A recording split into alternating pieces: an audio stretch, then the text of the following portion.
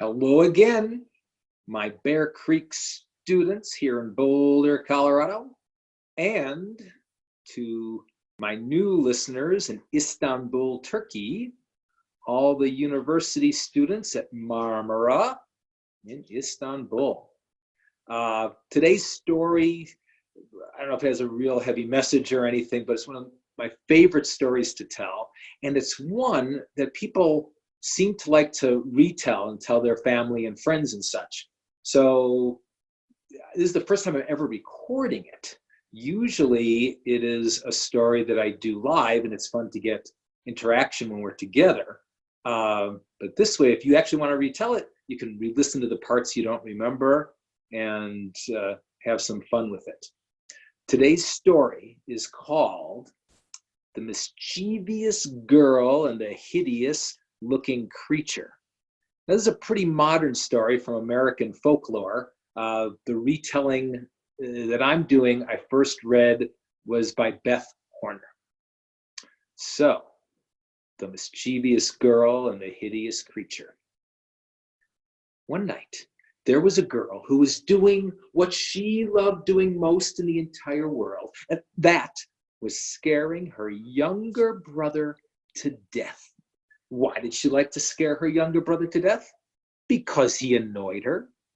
Every night after dinner, he would plop down in front of the TV and his big head would block it so no one else could see it. No matter how nicely she asked or how meanly she threatened, he just sat there. He annoyed her. So what she did is, while he was really engrossed in his TV show, she would sneak, S-N-E-A-K, sneak up behind him and boom, and make him jump and hit the ceiling. Now, after making her brother jump and hit the ceiling 10 or 11 times, he eventually went to bed. And her older brother went to bed, and her parents went to bed, and she went to bed. And she was all alone in her room in the dark when she heard a tap, tap, tapping at the window. And she went over to the window, and outside of that window was a hideous looking creature. It had long, wild hair and 2 long noses. At the end of each nose was a gross wart. On the end of each wart was a long, greasy piece of hair. And the creature reached out its hand, opened up the window, and said, "Do you know what I do with my long red fingernails and big red lips?" "No," said the girl, "and I don't want to know." And she slammed the window shut, and she jumped under her bed, and she stayed there till the next morning. Now, by the next morning, she forgot all about the creature. She was busy with breakfast and busy with schoolwork, and then she was busy at recess and all the fun things at school, and then she came home and was busy with dinner. And at dinner, she was ready to do the second thing she loved doing most in the world, and that was making her older brother sick to his stomach at the dinner table. Why did she like to make her older brother sick to his stomach at the dinner table? Because he annoyed her. He was always picking on her and teasing her and calling her names, poking at her. Do any of you have older brothers and sisters that tease and bother you? Are any of you the older brother or sister who does the teasing and poking? Anyway, he annoyed her.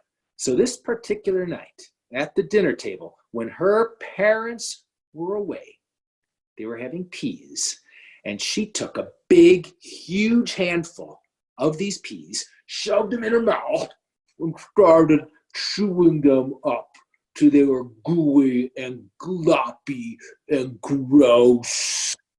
Not drippy, disgustingly gloppy. Now, when they were all ready, she tapped her brother on the shoulder. And when he turned around and said, "Yeah, what do you want, pipsqueak?" She opened up her mouth and went, and showed him the whole gloopy, gloppy mess. And he put his hands over his mouth and ran to the bathroom. And got there just in time, if you know what I mean. She loved to make her older brother sick to his stomach at the dinner table. Eventually, he went to bed, and her younger brother went to bed, and her parents went to bed, and she went to bed. And again, she was alone in her room when there was a at the window. She went over, and there again was the hideous-looking creature with its long, wild hair and two long noses. At the end of each nose was a gross wart. On the end of each wart was a long, greasy piece of hair.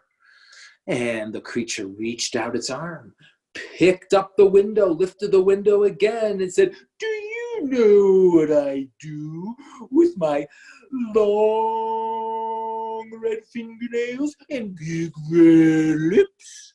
"No," she said, "and I thought I told you yesterday. I don't want to know." And she slammed the window, jumped under her bed, and stayed there again till morning. Now the next day, she did not forget about the creature this time. She was uncharacteristically quiet at breakfast. She was uncharacteristically quiet at school. She was uncharacteristically quiet when she got home. Until dinner, when she was ready to do the third thing she liked doing most in the world, and that was getting her parents to say something impolite at the dinner table and then getting money for it. So she says to her parents, "I'll bet you that I can make you say something impolite at the dinner table tonight." "Oh, honey, no, we would never say anything impolite at the dinner table. It's against the rules, and especially in front of you." I'll bet you $1. I'll bet you $1 I can. I can get you to say something impolite. I can." "Honey, we wouldn't do that. We never say anything impolite in front of you or your brother." "I'll bet you $1. I'll bet you. "Okay, honey.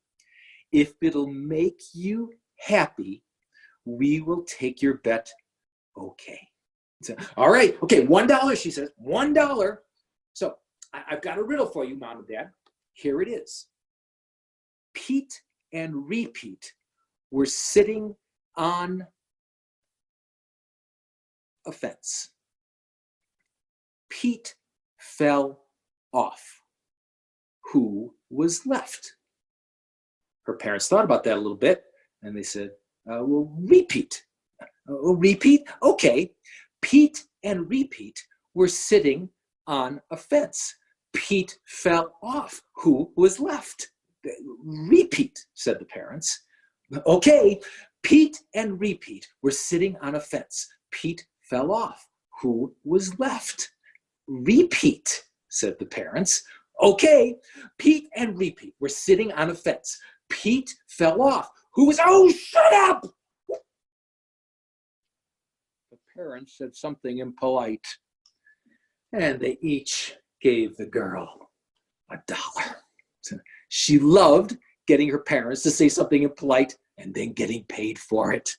Eventually, her parents went to bed, and her younger brother went to bed, and her older brother went to bed, and she went to bed. And again, she was alone in her room in the dark, and there at the window was a knock, and there was the hideous-looking creature with its long, wild hair and two long...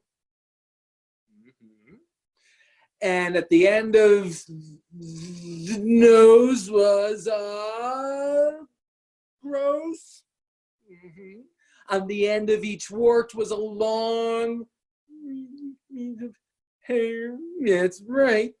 And the creature reached out its arm, lifted the window, and said, "Do you know what I do with my long red fingernails and big red lips?" What do you do, said the girl. What do you do with your language? Every day you come and you ask the same stupid question. She was getting annoyed with the hideous creature. Ooh, tell me, you just tell me, what do you do with the long red fingernails and the big red lips? I don't care. Why don't you just tell me? Then the creature got a big, hideous looking grin on its face, reached itself into the window, got really close to the girl, took its long red fingernail up to its lips, and that's the end of the story of the mischievous girl and the hideous creature. Thank you for listening to that. So again, this is a fun one to retell because it's got a lot of repetition in it. It's kind of funny. It's a little scary. It's got some funny stuff in it. You can do a lot of expressions with it.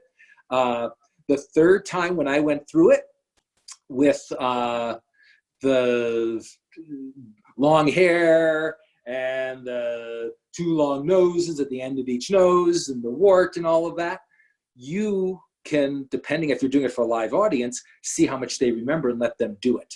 So the third time through, I left some of it out, and maybe you were doing it with me, maybe you weren't. Sometimes it feels silly to do that at home alone, but hopefully you did it, because there's never a reason to feel silly if you're having fun and enjoying something such as storytelling. Again, thank you for watching. Thank you for listening. I will hope to record more stories over the coming weeks before school is out, and take care.